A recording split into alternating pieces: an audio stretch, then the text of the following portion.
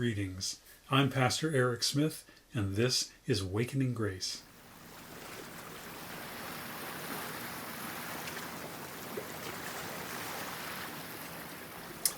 One of the churches that I served is the University United Methodist Church in Irvine.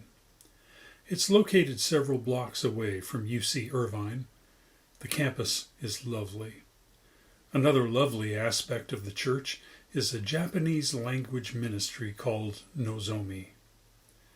They are a fellowship of 20 or so people who were born in Japan but came to the U.S., usually because they married an American. They have a Japanese language Bible study each week and a potluck meal. One of the joys of the group, and a blessing for the university church, was an exchange program they had with a small city in Japan. Each year, a delegation of youth would travel from one home country to the other. One year it was Japanese students coming to Irvine.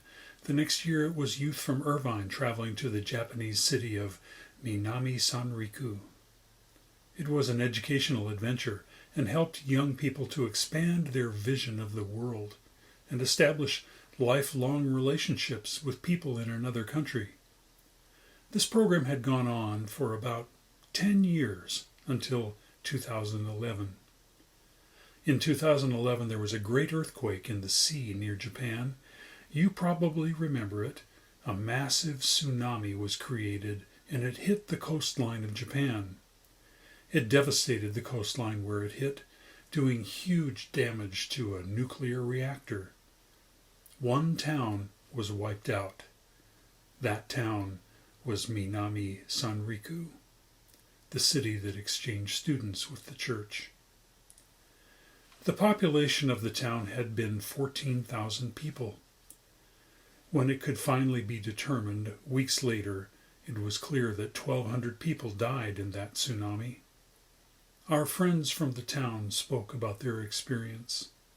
They said, when the tsunami warning came, we all climbed a high hill above the city, about 7,000 people.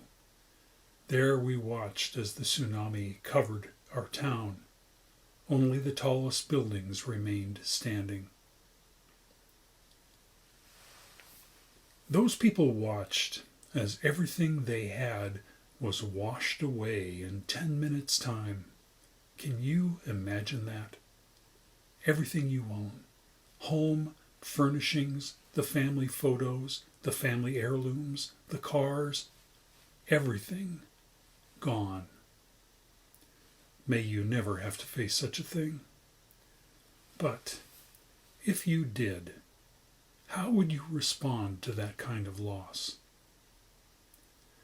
Today I invite you to think beyond the tangible acquisitions of your life and ask yourself, what is within me that can never be taken away? Will you pray with me? O God, thank you for all that I have. Help me today to think clearly about what can never be taken away. This is my prayer.